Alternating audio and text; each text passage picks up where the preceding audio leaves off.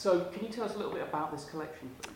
Yeah, well, we're really excited to have a chance to digitize the Belle Vue collection. So Belle Vue was sort of a precursor to Disneyland almost, up in the Northwest, and it had gardens, and it had a zoo, and it had roller coasters, and it had entertainment venues, and it was just an enormous thing and a much beloved part of Mancunian history. The breadth of the photos we have in this collection, I wouldn't even begin to be able to tell you. We have literally thousands and thousands and thousands of pieces. We won't know what we have until we've gone through all of this. But even here on the table, I've got Davy Jones in front of me signing his name into the Hall of Fame. I have no idea what these are other than just interesting bits and pieces.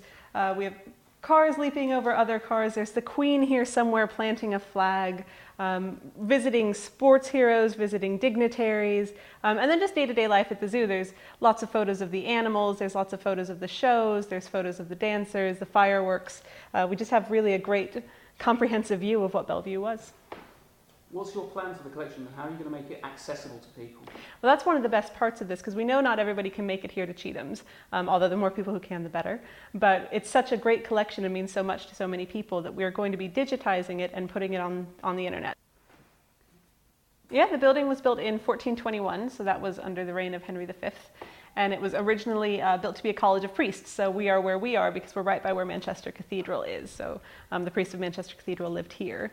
Over time, obviously, that ceased to be the case, and in 1655, Humphrey Chetham passed away, and in his will, he founded a school for 40 poor boys and a library. And so we are actually the oldest public library in the English-speaking world. So founded in 1655, and the library fitting, sort of what you see around you, has looked like this pretty much ever since.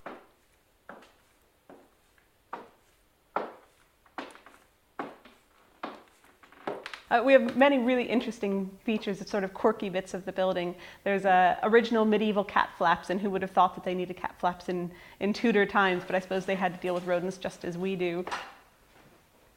How have you managed to fund this project? Through a grant from the Esme Fairbairn Museums collection, we received £45,000 from them to digitize the collection.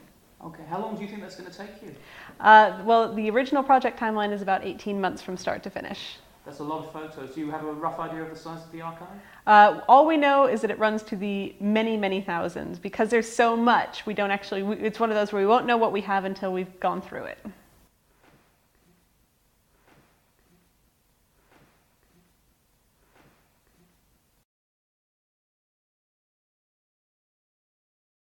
How do we know that it was meant to be pronounced Chetham's, by the way? I've always wondered that. This is an interesting thing. We don't. You'll hear some people say Chetham's and some people say Chetham's, although only people who work here have only ever said Chetham's. But Humphrey Chetham actually changed the name. He spelled his name throughout his lifetime. We don't know. So people can kind of make it up as they like.